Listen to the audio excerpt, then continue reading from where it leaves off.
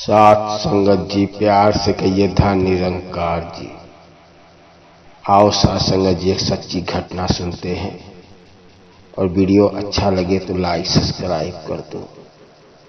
सात संगत जी, जब मैं सत्संग से निकल रहा था, एक महात्मा जी धन निरंकार बोले और लगे बोलने कि आप सत्संग से जुड़े रहना, ब्रह्म ज्ञान लिए हो तो गुरु के ऊपर विश्वास रखना, कभी मन मत इधर उधर लेना, डगमगाना नहीं। मैं महात्मा जी से बोला, हाँ महात्मा जी, कोशिश तो वही है कि सतगुरु के चरणों में लगे हैं तो मेरा मन इधर उधर नहीं डगमगाए। कहना आपका हर काम पूरा करेगा, एक गुरु के ऊपर विश्वास तो रखो। लगे अपने कहानी बताने की, गुरु के ऊपर विश्वास रखो। मेरी मार्केट के अंदर कपड़े की दुकान थी, साड़ियां बेचा करता था और उसी साड़ियों की दुकान से ग्राहक बहुत कम आते थे।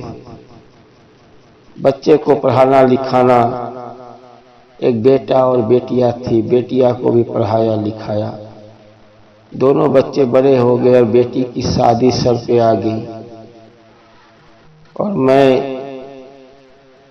खर्चा किसी तरह घर का चला लिया था और मेरे पास कोई पैसा तो था नहीं, क्योंकि मार्केट के अंदर दुकान बहुत थी। बस मेरा किस तरह से सदगुरु नैया पार करता था मुझे खुद नहीं मालूम पड़ता था। अब तो बेटी बड़ी होगी, उसकी शादी का भी तैयारियां होने लगा।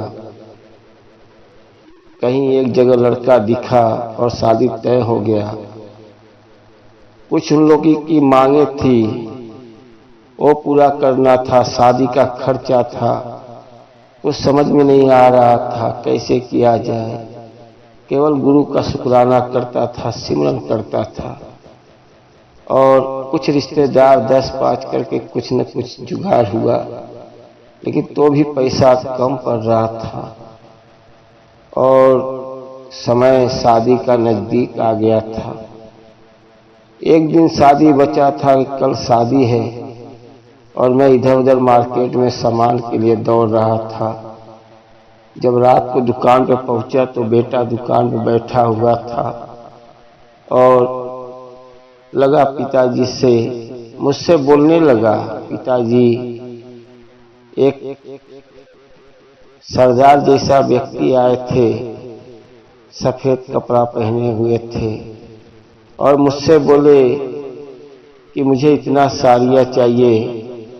साड़ियाँ सब निकाला और बोले सब इसको बांध के रख दो, मैं ले जाऊंगा।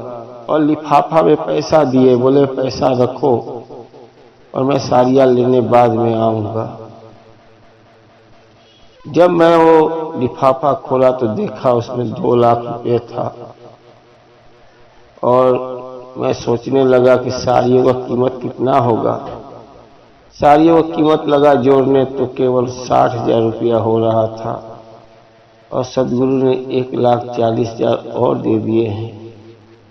लेकिन कुछ दिन बीत गया और साड़ियाँ लेने कोई नहीं आया और शादी का पैसा ऐसा आ गया 2 लाख रुपया और बीवी के हाथ में थमाया। मैंने बोला, देखो मेरा सतगुरु एक दिन शादी बचा था और कैसे देखो ये पूरा कर दिया।